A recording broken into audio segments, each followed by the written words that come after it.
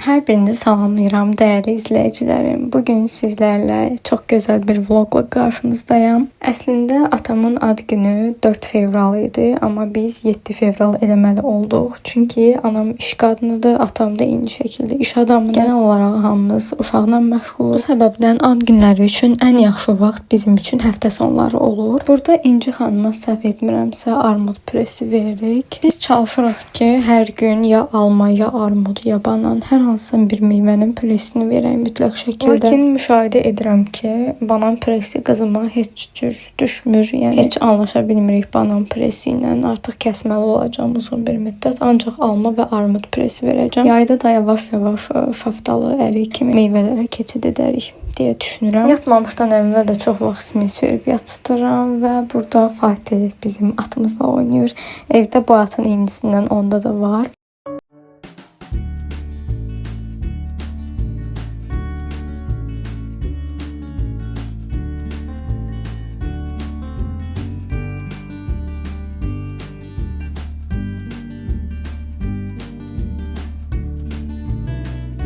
Və mən hər zaman başlanğıcda olan xalotları çəkirəm, sizə göstərirəm. Bugün də çəkib göstərmək istədim. Burada gördüyünüz hər şeyi anam öz əlləri ilə hazırlayıb, turşulardan tutmuş, kompota qədər. Burada belə çudo var və belə fərqli şəkildə sunumu hazırlanmış belə bir salat var. Qonaqlar gələnə kimi İnci sözün əsl mənasında başımıza oynaşdı, bizi incitdi. Amma qonaqlar gələndən sonra çox ağıllı, sakit bir qız oldu. Əlinə çörək verdi. O çörəyini yeməyində olsun, biz də öz çörəyimizi yedik. Və bu arada anam mənə dedi ki, mənim də süfrəmi qəşəng çək. Mən də bu görüntünü sizə çəkib göstərmək istədim. Bu dəfə anam hind quşundan belə bir qovurma hazırlamışdı. Doğrudan da dadı çox yaxşı alınmışdı. Hər kəs bəyəndi, hər kəs təriflədi. Və qızıma da bu ətin sümüyü ilə verdik ki, dadını bilsin ən azından. Doğrudan da bəyəndi, yəni hardasa yarım saat falan. Elə hey sümürüb dadına baxdı və Fatih də ondan burada gördüyünüz kimi oynamaq istəyir. İstəyirəm biraz sizinlə körpələrin əlavə qidası ilə bağlı söhbət edeyim. Bilirəm ki, səhifəmi izləyənlərin 90% xanımlardır və əksəriyyəti də yeni ana olmuş ya da körpəsinə mənim kimi yeni yemək verib öyrətməyə çalışan analardan ibarətdir. İlk hansı aylarda qidaya başlamısınız, necə olub, hansı qidalarla başlamısınız, bunlar barədə aşağıda yorumlarda yazsanız çox sevinərəm, birlikdə söhbət edərik. Çox uzatmadan keçmək istəyirəm şah plovun təqdimatına. Anamın mənə görə ən yaxşı hazırladığı yeməklərdən birincisi şah plovdur. Düyüsü həmişə dən olur. Əti pilə kimi olur və içinin qarası da hər zaman yumşaq olur. Sonra görəndə ki, bu şah plovdan 2 ədəd hazırlayır, elə oradaca şoka düşdüm. Şah plovun bu parlaqlığını görürsünüz də, yəni artıq sözə ehtiyac yoxdur. İndi içini də görəcəksiniz necə dən düyüsü var. İlk öncə anam kəsdi, dedim ki, içini göstər, qəşəng çəkim. Sonra da xalam işə qarışdı və bir-bir kəsib doğrayıb süfrəyə təqdim etdi. İndi isə araya girib qızımın əlavə qidaya başlamağından danışmaq istəyirəm. Biz ilk vaxtlar tam 4 ayından başladıq. 4 ay tamam oldu. Bir 10-15 gün sonra başladıq kabritanın kaşasına.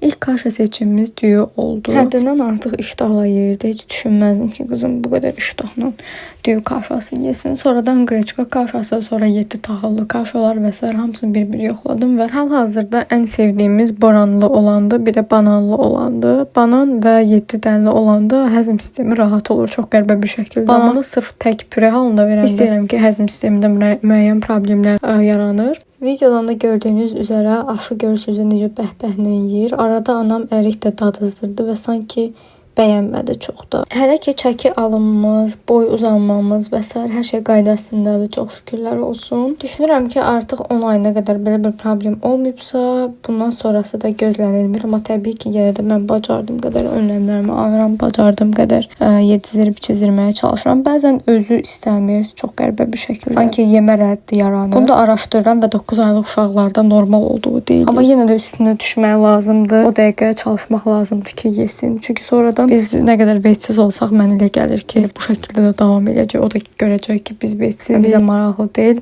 Artıq ona da yemək içmək maraqlı olmayacaq və çəkisi bir xeyli düşməyə başlayacaq. Bu arada qeyd edim ki, artıq südü bir xeyli azaltmışıq. Tam atmasaq da, məsələn, gecələr oyananda veririk, bir də gecə yatmamışdan öncə veririk. Səhər, günorta və axşam üstü bu ara öğünlərdə qətiyyən vermirik. Nə vaxt veririk? Çox məcbur olsaq, hansı ki uşağımız heç ağzını açıb bir dənə də olsun alma yeməsə, yemək yeməsə, o zaman insan ac qalmasın deyə məcburən veririk. Məsələn, təsəvvür edin ki, biz yemək yeyirik və onu da yanımızda otuzdurmuşuq. İstər-istəməz onun da ürəyi çəkir və biz ona öz yediyimiz hər hansı bir şeyi veririk. Məsələn, bu çörək ola bilər, simit ola bilər. Bir dənə şirniyyat, bal, bu tip şeylər vermirik. Məsələn, kartof soyutmasını çox sevir. Kartof soyutmasına zeytun yağını əlavə edib biraz da duz səpib verirəm. Nə yalan deyim. Çünki duz olmayanda demək olar heç bir yeməyi yemir. Dadsız, duzsuz heç nəyə bəyənmir də bu qız. Ancaq dadlı, ləzzətli yeməklər axtarır. Arada smesinə Kabritanın öz biskvitisini əlavə edirəm, yəni peçenyasını.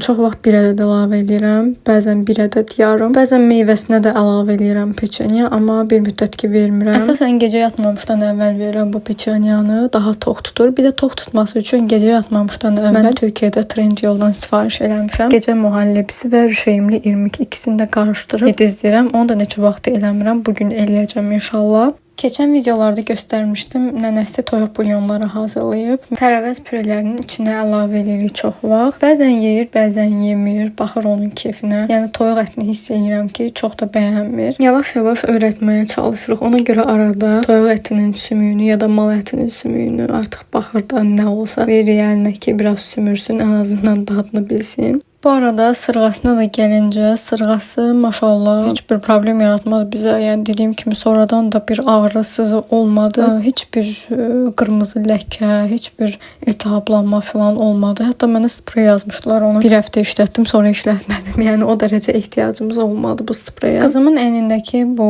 balaca minnak platyanı da hardasa 3-4 ay əvvəl almışdım. Onda hələ yoldaşım gəmidən düşməmişdi. Səhv etmirəmsə 4-5 ay əvvəl almışdım. Hətta bununla bağlı videoda çəkmişdim. Özüm bacardığım qədər böyük bir razmer almışdım. 9-12 ay. Geyindi elə tam da əyninə oldu. Və burada İnci xalasının əlindən tutub gəzmək istəyir. Bir tərəfdən də Fatihin nə iş gördüyünə bax. Fatih həmişə bizim evə gələndə bu filləri, ramkaları çox bəyənir. Bunlarla mütləq oynayır. Yavaş-yavaş hazırlaşırıq çay süfrəsinə. Çaydan əvvəl mütləq belə meyvə tabaqları hazırlanır. Meyvə yeyilir bizdə. Və bu dəfə seçimimiz sadə, bəzəksiz bir tort oldu. Amma sonradan gördüm ki, üstünə belə meyvələr də əlavə ediblər. Çox qəşəng olub. Tərkibi moruqlu Napolyon idi. Artıq anam gecədən burada gördüyünüz quru meyvələri yuyub, təmizləyib sərgə ilə düzmüşdü. Şokoladlar da eyni şəkildə bir gün əvvəldən hazırlanmışdı və burada da tort üfürürük.